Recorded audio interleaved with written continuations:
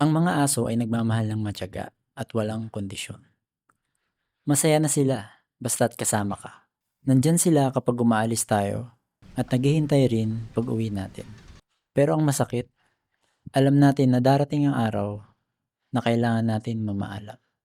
Naalala ko tuloy yung isang quote mula sa One Piece na sinabi ni Dr. Hiriluk. When does a man die? When a bullet pierces his heart? No. When he's attacked by an incurable disease? No. A man dies when people forget him. At baka totoo rin yun para sa mga aso natin.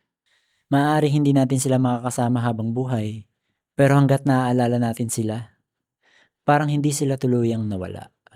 Kaya habang nandito pa sila, sulitin natin ang oras na meron tayo kasama sila. Maglakad ka kasama nila. Makipaglaro ka sa kanila. O kahit umupo ka lang sa tabi nila. Dahil darating ang araw, ang mga simpleng sandaling ito ay magiging alaala na lang na ating iingatan.